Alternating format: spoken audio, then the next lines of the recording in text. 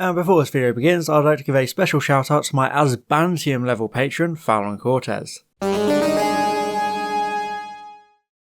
The Cybermen are, in my opinion, possibly the greatest Doctor Who monster. Relentless cyborg villains who have become a staple of the show due to their terrifying premise of brutally converting other races, not stopping until everyone in the universe is a Cyberman like them. When Doctor Who Series 6 was being written, one of the writers realised that none of the other episodes were really focused on classic monsters, so he decided to implement the iconic Cybermen into his comedy script featuring James Corden, yet again burying the modern Cybermen and further tarnishing their reputation, making them a mid-card act compared to the Daleks and the Master, who they once competed with for the big villain roles. Closing Time reunites the Doctor with James Corden's Craig Owens, as the pair of old friends do battle with Cybermen underneath a regular shopping centre. For some truly bizarre reason, this episode takes the place of what would have been the first part of the series finale, which makes it a disappointment right from the get-go, especially considering how desperately Wedding of River Song needed another part to actually be coherent, let alone good. So is Closing Time a dumpster fire, and could it have been avoided? Well, that's today's topic, so buckle up, because it's time to tear Closing Time to shreds like a hungry Cybermat dropped in a room full of burnalium.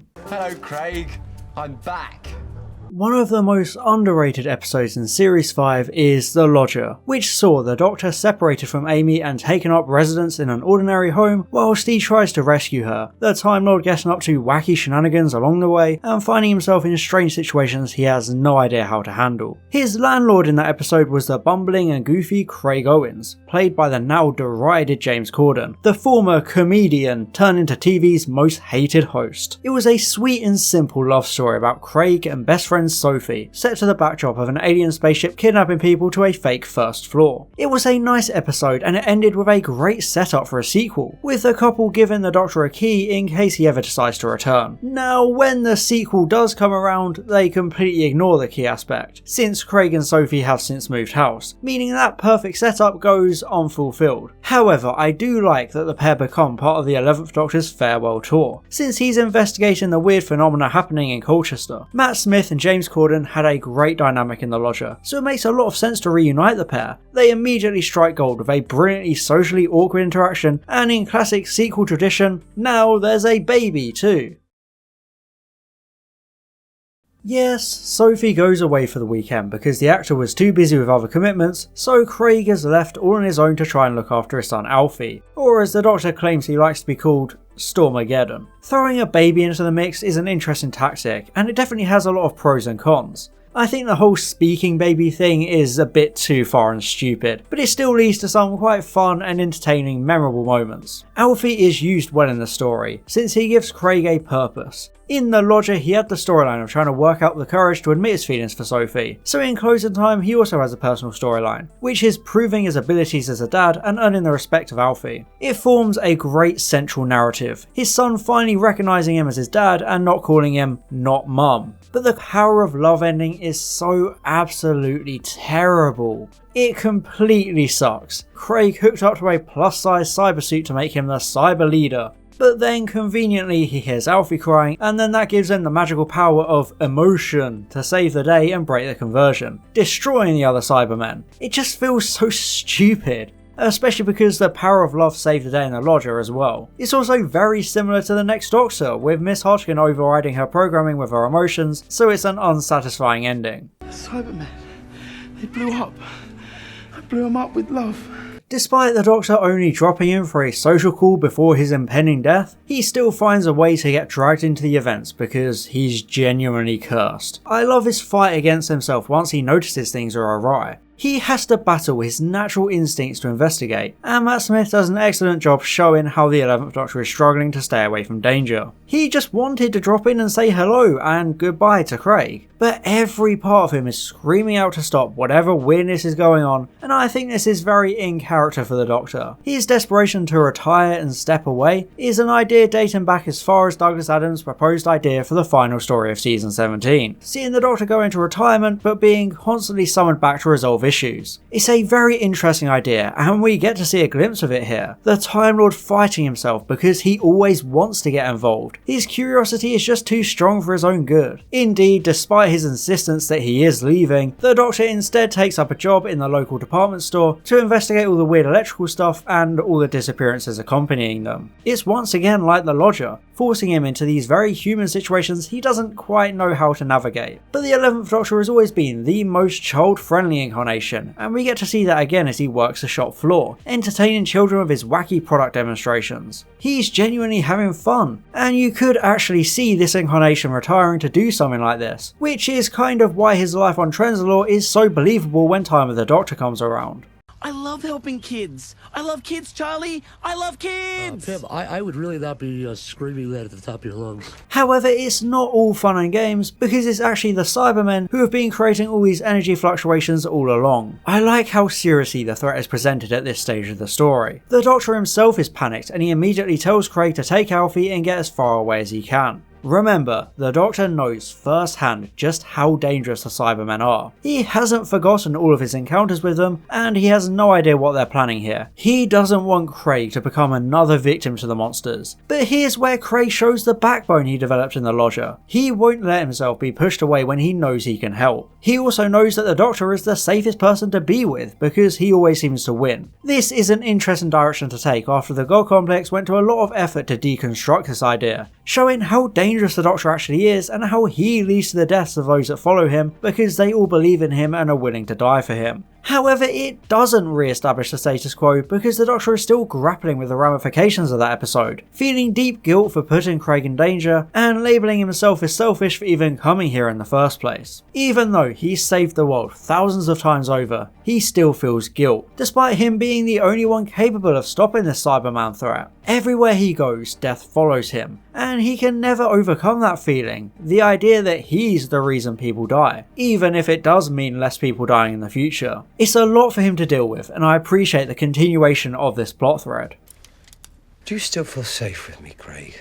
This episode is sandwiched between the God Complex and the Series 6 finale, The Wedding of River Song, both of which deal with concepts about the Doctor's lifestyle and his impending death. This is apparent in closing time as Craig goes to the shop for some milk and the Doctor comforts Alfie, the moment also showing how old and deeply sad the Doctor is. The 11th Doctor has this magical ability to almost instantly go from a quirky and exuberantly youthful man to an old and weary traveller who has lost everything he has ever known and loved. So scenes like these show his age and all the regret in his life. He's lamenting the fact he's about to die, reflecting on all the lives he's led and everything he's done. This is a 1,000-year-old Time Lord with a time machine and infinite possibilities. He has seen more than the entirety of the human race combined and multiplied by 1 billion, and now he has to give all that up and face his own death. Like we saw with the 10th Doctor, this isn't a character who deals well with knowing their fate is already sealed and fixed in time. Their job can never be done, so they will always feel like they can't die yet. And these are the difficult emotions the 11th Doctor is dealing with here. The reason he's been running away for 200 years. He still feels like his work and his very life is unfinished, because he still has so much to do. He hates endings, but he has to find a way to accept his own, and it's a brilliant yet frustratingly underexplored aspect of this story.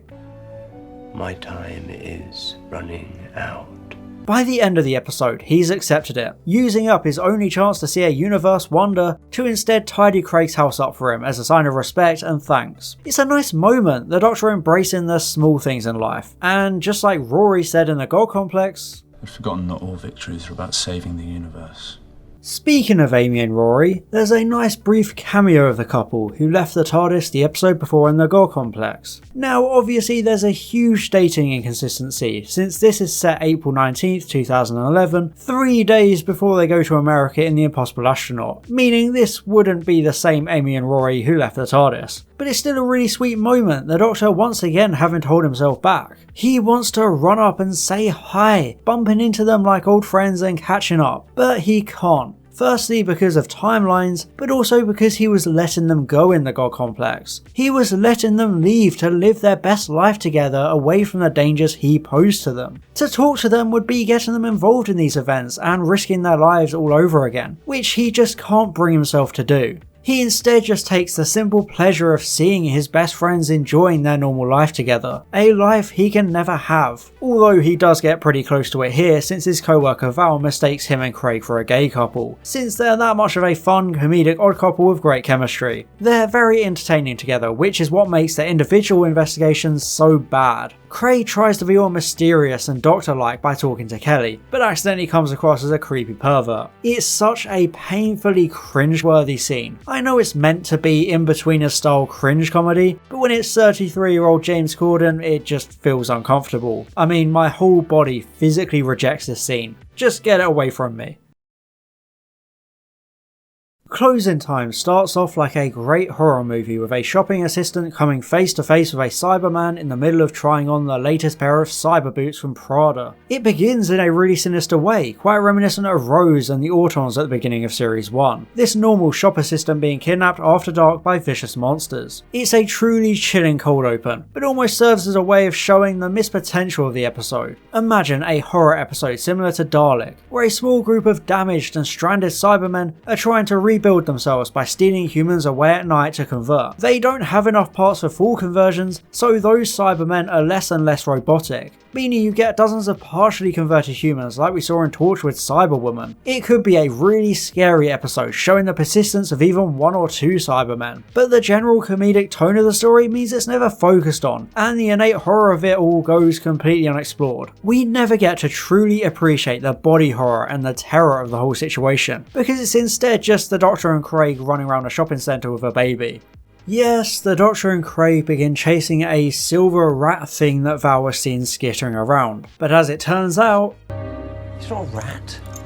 It's a cybermat. the Cybermats are one of the most iconic features accompanying the Cybermen in classic Who. Introduced in Tomb of the Cybermen, these little rodent-like creatures were used as plague carriers and energy thieves, weakening resistant forces in advance of the main invasion. The Cybermats hadn't appeared in the show since 1975's Revenge of the Cybermen, but they had been featured plenty of times in expanded media, even appearing in 2010's Blood of the Cybermen video game. It's a good idea to bring them back since they expand a lot of the abilities of the Cybermen, increasing their capabilities. In this episode, it's established that this Cybermat has been sucking the electricity out of the department store. So the Doctor and Craig do their best impression of a YouTuber doing a 24 hours in a shop challenge in order to catch one, which they immediately do. Not sure why the episode needed them to hang around after dark then. I think the Cybermat design in this episode is good. They were never exactly known for looking terrifying, with the original ones a bit too friendly looking, but the Closing Time Cybermats look suitably uniform, with the same design as the modern Cybermen controlling them. It has the same eyes and it looks properly metallic, although the organic teeth are a strange addition. It's quite a vicious little creature, but it's hard to take seriously when it's attacking the Doctor and Craig, with the two actors holding a tiny prop and pretending it's some super strong monster trying to rip their throats out. It just doesn't quite connect in my opinion, and it's the exact kind of thing the episode Rose parodied with the Auton arm.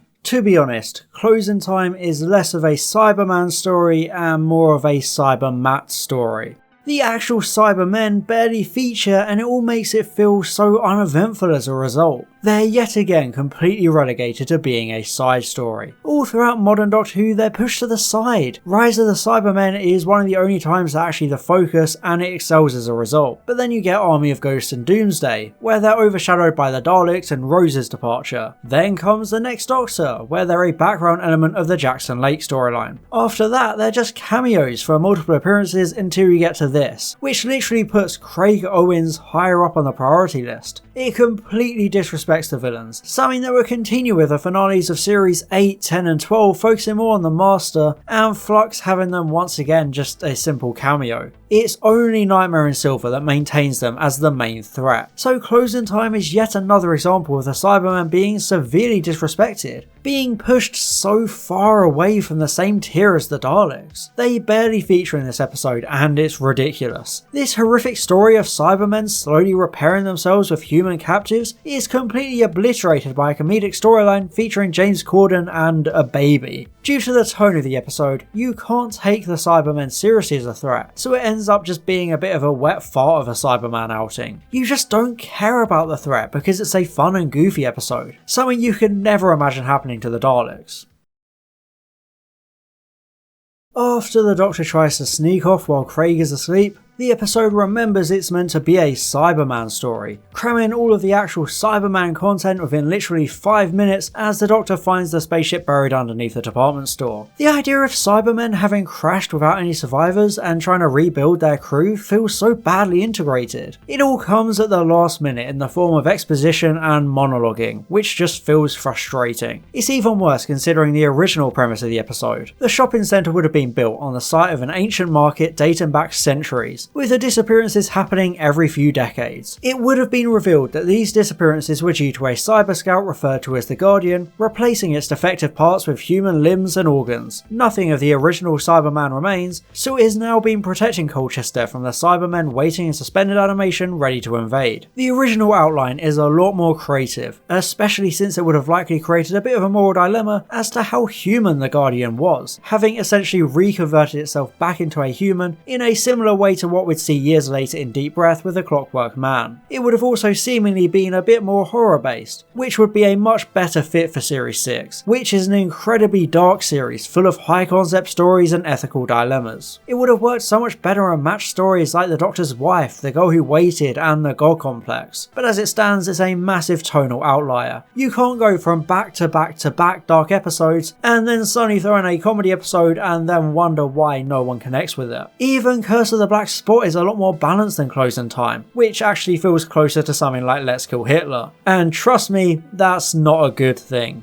Indeed, probably the biggest downfall of this episode is its place within Series 6. Every series before it had a 2-part finale, or in Series 3's case, a 3-part finale. However, Series 6 decides to change this tradition at the worst possible time. Until Series 13 came along, Series 6 was the most heavily serialised series of Doctor Who, with 7 of the 13 episodes directly connected, along with the others featuring references or thematic connections to others. Such a heavily interlinked series would obviously need a 2-part finale to flesh out the story and pay off all the things going on, but instead we have Closing Time, which is almost completely unrelated outside of the Doctor moping around ahead of his death. The only direct connection is the epilogue, which is admittedly really good, probably because it was written by Moffat himself. We see how the Doctor makes a lasting impression on some random children, with River reading their accounts centuries later to try and track him down. I love little moments like these, showing how the Doctor leaves such an impact on people no matter where they go. It also says a lot about his frame of mind, since they can tell he's sad underneath his upbeat facade. They know something is up even if they can't tell what it actually is. He's about to die, and he knows that. It's what he's been struggling to accept the entire episode, and they can just tell from the way he looks during this moment.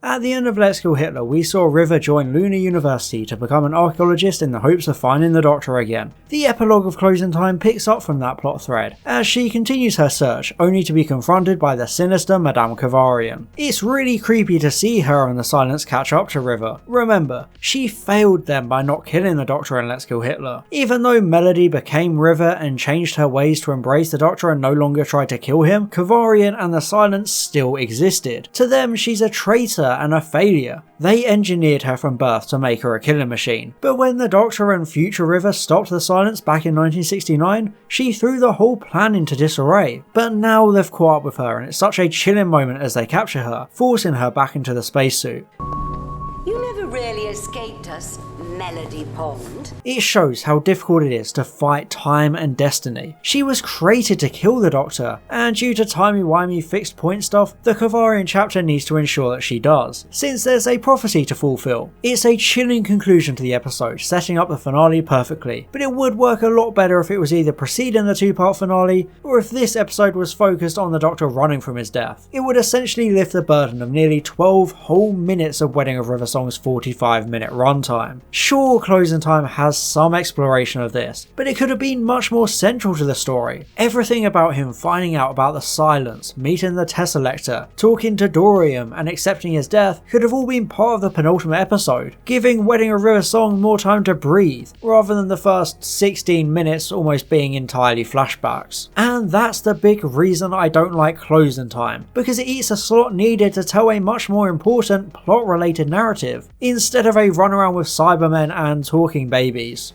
It's a huge waste of a slot and almost single-handedly derails Series 6 by wasting time and cramming all of the complicated and timey-wimey parts of the finale into a standard episode length. It's undeniable that Closing Time is a tonal mess, not sure what it wants to be and not really fitting in with the Dark Series 6. It tries to be a fun run-around comedy episode, the calm before the storm so to speak, but it also tries to be a character study exploring the Doctor's acceptance of his impending death. It's competent at both, but it masters neither. Closing Time itself is a fine enough story, but its placement in the series is its biggest problem. It takes the place of a much more important narrative, so the story would work so much better if it was more directly connected to the finale it precedes, covering the flashbacks in Wedding of River Song. It could have been so much more, and that's what's annoying. It loses points simply for where it is in the series, therefore I'm giving it a C rank on the Series 6 tier list. It's just fine. That's the easiest way to sum it up. It's not good and it's not bad, it's just perfectly middle of the road. The Doctor and Craig are delightful as always, with some fantastic scenes together, and Matt Smith is phenomenal with his portrayal of the 11th Doctor. The best parts are his moments of reflection, propping the episode up and proving they should have been the main focus of the narrative. It's an episode all about the small character moments instead of the Cybermen, which just makes you wonder why they were needed at all. The story completely disrespects them, using them in such an insulting way because they're sidelined in favour of the Cybermat. The main villains simply aren't scary here and they're barely featured, just squeezed into 5 minutes during the end. Closing Time is an immensely frustrating episode because of what it could have been. So on that basis, it fails.